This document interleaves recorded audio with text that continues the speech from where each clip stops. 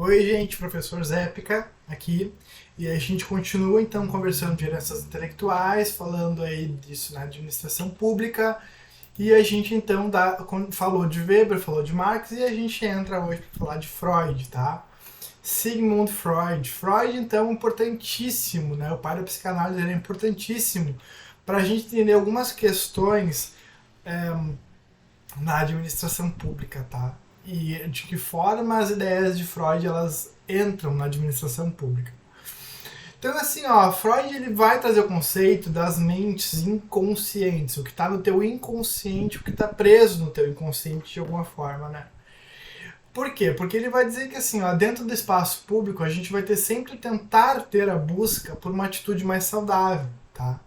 A atitude mais correta, a atitude que seja melhor para ti, para todas as pessoas. Todavia, isso não vai ser sempre assim, porque há desejos inconscientes e memórias reprimidas dentro da tua mente, tá? Então, assim, há coisas que tu deseja ali que tu não pode expressar, há memórias de coisas que tu viveu ali que estão reprimidas, que às vezes tu nem te lembra de uma forma formal, mas elas estão ali no teu subconsciente. E esses desejos inconscientes e essas memórias reprimidas, elas vão te constituindo enquanto a pessoa desse ambiente público. E isso vai desempenhando as tuas atividades, isso vai te colocando na forma em que tu responde, na forma em que tu faz as coisas, tá? Então, quando tu quer dar uma resposta, acaba dando outra, não entende por quê. Isso tem a ver com um desejo inconsciente, com uma memória reprimida. Então, os estudos de Freud são importantes dentro da administração pública também por uma questão de prazer e de gratificação, né? Então, o que, que me dá prazer, o que, que me deixa, me faz me sentir grato, né, por aquilo que eu fiz? O que me move, basicamente? O que, que me move? Entendendo o que me move dentro da administração pública, eu posso, enquanto pessoa, trabalhar melhor, ou eu posso, enquanto gestor, a partir do momento em que eu entendo o prazer, a gratificação do meu colaborador, entender o que move ele e, a partir daí, tomar algumas decisões que façam ele entrar num ciclo de motivação para que ele consiga desempenhar melhor suas atividades, tá? Só que nem sempre isso é possível, né? Como eu comentei, existem os desejos inconscientes e as memórias reprimidas. E eles reprimidos, a repressão, né? Isso dentro do teu cérebro, isso acaba te gerando um desconforto. Não só para ti, enquanto pessoa, na tua vida pessoal, mas também no ambiente de trabalho, onde tu tá, né? A forma que tu tá colocado. E esse desconforto, ele vai voltar através do retorno, né? É como se tu tivesse brigado de manhã com alguém, com a tua esposa, e tu chega no ambiente de trabalho, lá de tarde alguém te fala alguma coisa que te lembra dessa briga, e aquilo que está reprimido volta, né? Retorna, uma questão do ambiente de trabalho, alguém toma uma patada da tua parte, nem precisaria, né? Mas aquilo retorna, aquilo volta. Nem é reconhecível, né? Tu nem consegue te ligar na hora que, porque minha esposa brigou comigo, eu falei isso. Mas é o teu subconsciente dando o recado dele, né? Dada essa introdução aí, esse primeiro momento de Freud, a gente tem as ideias do ego, né? E as ideias do ego são importantíssimas para tu entender o colaborador dentro da administração pública, né? Além dessas ideias, assim, isso aqui eu vou explicar de uma forma muito simples, né? Porque eu quero fazer um link com a administração pública. Eu vou deixar aí na descrição do vídeo uma aula toda desenhada sobre teoria comportamental. E eu indico aí que quem quiser lembrar desses aspectos, que dá um clique aí e dá uma olhada nas ideias de teoria comportamental. Mas, em primeiro momento, a gente pode colocar então o ego trabalhando em 4 eixos. O eixo do deslocamento, da projeção, da reação ou da fixação. O deslocamento é quando tu varia a escolha que deveria ser objetiva por uma nova escolha, seja qual for, tá? Um exemplo, tu tá ali no ambiente de trabalho, tu deveria fazer uma compra que deveria ser numa especificação assim ou assado, e por alguma razão aquela compra te lembra, né?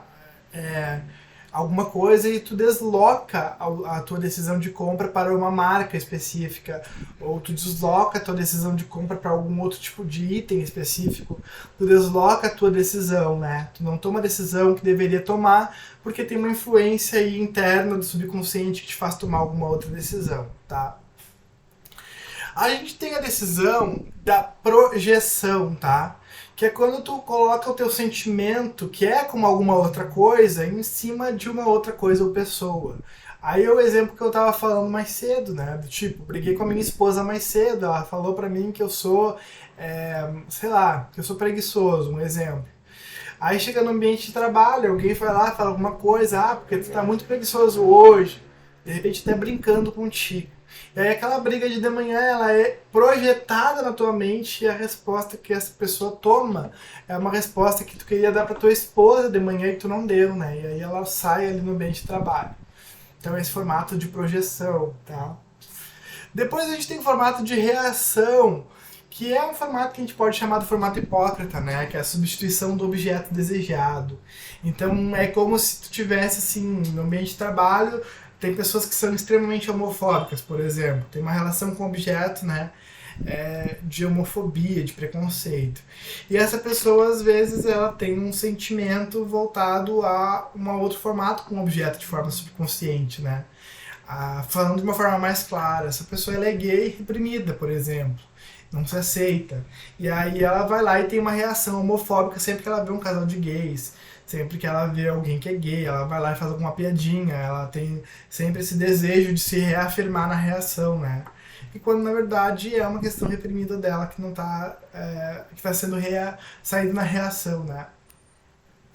Por fim, a fixação e a regressão, gente, que é a ideia de voltar a ser criança, tá? A ideia de alguém decidir por mim. Então, assim, ó, quando eu tô no ambiente de trabalho, tem o grupo, né? Tem o líder, né, o líder, o chefe. O que acontece na fixação e na regressão? Eu coloco a ideia de que alguém decide por mim, eu só faço as coisas, tá? Essa pessoa decide o que eu tenho que fazer e eu só vou fazer. Só que a gente, por quê? Porque a gente não quer tomar a decisão, a gente não quer estar na posição de autoridade. Porque se a gente errar nessa posição de autoridade, quem vai ser cobrado vai ser a gente. Então a gente deixa essa ideia, né, para alguém, a gente terceiriza a responsabilidade que poderia ser nossa para uma outra pessoa. E aí então a gente vai deixando, né, isso na mão de alguém, e se alguma ideia dessa pessoa ficar errada, a gente vai ser o primeiro a brigar e dizer, pô, essa pessoa só decide errado. Mas a gente não quis decidir, né? Foi uma ideia de regressão aí, de voltar ao comportamento infantil de alguém decide por mim. Esses quatro deslocamentos do ego, eles não acontecem porque a pessoa quer que aconteça, eles são naturais, eles acontecem. Então é papel da administração pública, do administrador público, entender esses papéis para conseguir fazer uma melhor gestão das pessoas, né? Às vezes a decisão não parece racional. Nossa, por que essa pessoa tomou essa decisão, ou fez isso, ou fez aquilo? Pode ter aí alguma relação com o ego, tá?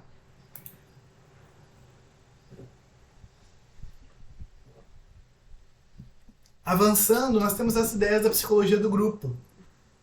Então, o entendimento dos grupos sociais, entender o grupo social, né, como um grupo formal, pela ótica do Barnard lá, né, de duas ou mais pessoas conscientemente coordenadas por um objetivo, ou do grupo informal, das teorias lá de Hawthorne, né, do Maio, ou até as teorias de pertença, os grupos de pertença, enfim, entender esse grupo.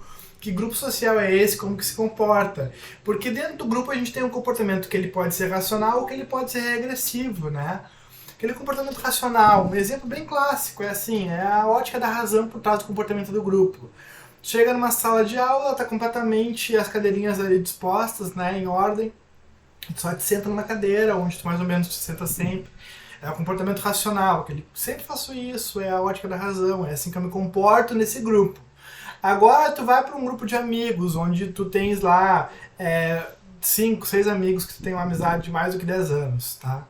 Às vezes nesse grupo de amigos tu tem ali um administrador, um contador, um advogado, um empresário, um gastrônomo, sei lá, tô dando um exemplo. E essas pessoas são super racionais em seus comportamentos dentro das organizações em que trabalham. Só que quando elas se juntam, elas entram para um grupo, para um comportamento regressivo. Do tipo, e aí, brother, ele se aperta a mão, se joga, se bate um ombro contra o outro, e volta a ser 10 anos atrás, né? Volta a se comportar com um comportamento infantil, porque é um comportamento regressivo. Por que isso é importante para a administração pública, professor? Porque esse comportamento regressivo, ele se coloca, tá, no grupo onde as pessoas trabalham. A partir do momento que as pessoas começam a desenvolver atitudes de trabalho conjunta, elas começam a desenvolver esse comportamento regressivo. E aí começa a desenvolver o que a gente chama de mente do grupo, que ela é errática, impulsiva, caótica, confusa. Vamos fazer tal coisa? Vamos sair daqui, vamos. Sabe aquela coisa assim, errática? Vamos fazer, vamos. Confusa. Quem vai decidir? Não sei. Alguém decide. Aquilo ali acontece, tá? E por acontecer assim de uma forma tão errática, o grupo vai se sentindo. Isso é o meu grupo, a minha identidade de grupo, tá? Então, esse grupo social, ele acaba ficando sobreposto ao grupo formal dentro da organização, se não houver uma lógica de gestão por parte do administrador do grupo na administração pública. Uma outra questão é a questão da liderança, que eu já comentei, né? O líder, ele é colocado, e aí se esse líder, ele falha, né, enquanto decisão, te faz fazer uma coisa que tu não deveria ter feito, o primeiro sentimento é o sentimento de ódio, né? Tipo, esse cara só me faz fazer coisa errada. Mas tu não quis tomar a atitude de ser o líder, né? Então a gente acaba tomando esse comportamento de terceirizar a nossa decisão, mas a gente acaba jogando toda a culpa em cima desse cara se por alguma razão não dá certo aquilo que ele propôs, tá? Uma outra questão é a questão da segurança na cultura, né? Então, por que tu faz isso? Eu nem penso por que eu faço isso. Faço porque me mandaram, assim, fazendo meu trabalho eu contribuo com a organização. Então, é como se eu não quisesse pensar, né? Eu não quisesse participar das decisões. Eu vou trabalhando aqui, vou fazendo aquilo que eu deveria fazer, porque eu tenho uma segurança de que através do que me foi proposto vai dar certo, né? Eu fico seguro, né? Esse senso de segurança da cultura. E isso é subconsciente também, porque o mundo é incerto, a gente não sabe o que vai acontecer, como é que vai ser, mas a gente acaba se colocando nessa segurança, nesse falso sentido de segurança da cultura organizacional. Por fim, a gente tem esse outro paradoxo, que é o paradoxo da vida social e da vida organizacional.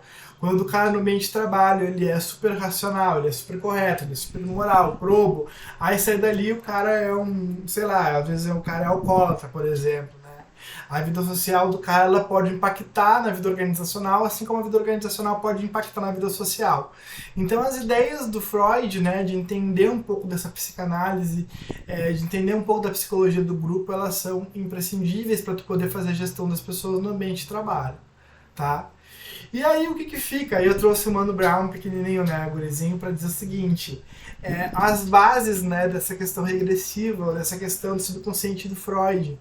E primeiro, a ideia da gente conseguir ter um controle do nosso ambiente, né, então a gente controla um ambiente que é incerto, que está sempre mudando, e aí tu acaba ficando naquele ambiente controlado para que tu não precise ser tão criativo nas ideias, ou para que tu não precise passar trabalho, né? Tu só faz o que te mandaram e tá tudo certo, e alguém está controlando esse ambiente para ti.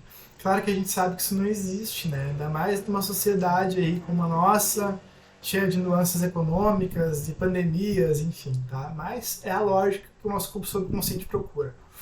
Segunda questão é a questão de interpretação das intenções dos outros. A ideia de tentar entender aquilo que o outro está querendo com as ações dele, tá?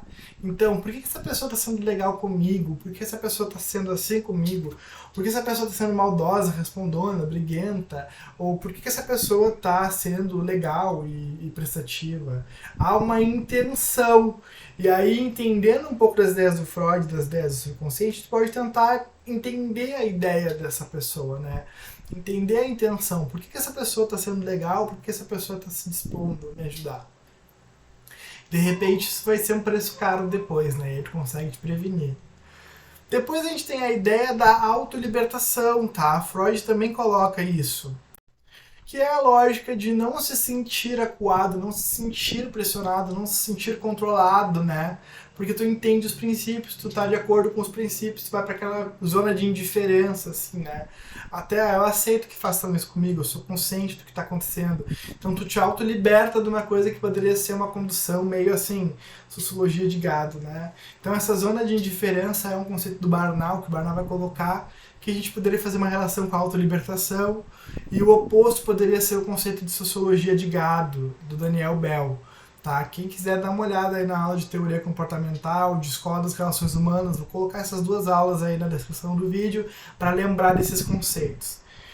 Por fim, a gente tem aí a ideia da sociologia, da sociedade reduzida à organização, né? Então nós estamos sempre dentro desse espaço de trabalho, nós não somos ninguém sem esse espaço de trabalho, sem nosso posto de trabalho. E aí, entendendo os seres humanos dentro desses espaços de trabalho, tu vai entendendo de que forma isso é compreendido e de que forma tu pode até muitas vezes utilizar isso, né, para alcançar objetivos, ou de uma forma consciente, ou de uma forma até inescrupulosa. Mas, por exemplo, as pessoas têm uma necessidade de pertencer, e aí tu faz a pessoa se sentir pertencendo a um grupo, se sentir pertencendo a uma organização, né? Ah, veste a camiseta da empresa, somos uma família, porque as pessoas estão aí dentro dessa sociedade reduzida à organização. Gente, isso é um apanhado geral das ideias do Freud, tá? Mas a gente comentou aqui o What Comes Next, né? Nothing Comes Next, nada vem na sequência. Aqui a gente fecha as heranças intelectuais, falamos de Freud, tá? Quem quiser baixar o material da aula, ou o capítulo do livro, ou os slides, está aqui, ó, o segundo capítulo, Teorias da Administração Pública do Dennert, tá? Tá aí o QR Code, vou colocar na descrição do vídeo também.